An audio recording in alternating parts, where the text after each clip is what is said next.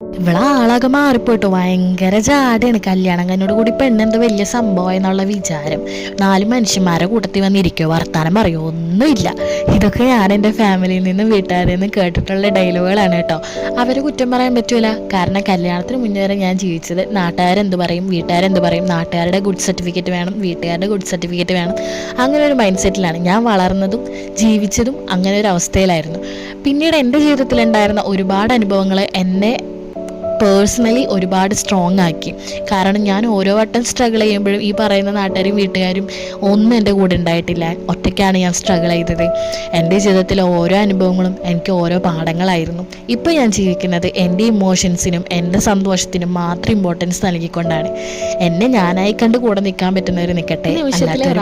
ഈ സിനിമയിൽ മഞ്ജു വാര്യർ ചേച്ചി പറഞ്ഞ ഡയലോഗാണ് എനിക്ക് ഓർമ്മ വരുന്നത്. നല്ല അടക്കം ഒതുക്കമുള്ള കുട്ടിയെന്ന് നിങ്ങൾ ആരെങ്കിലും പറഞ്ഞാൽ അതൊരു പ്രശംസയായിട്ട് ഒരിക്കലും കാണരുത്. അത് നിങ്ങളുടെ ചിറകുകളൊക്കെ ഒതുക്കി നിങ്ങളെ വീടിനുള്ളിൽ തിളയ്ക്കാനുള്ളൊരു മാർഗ്ഗമാണ്.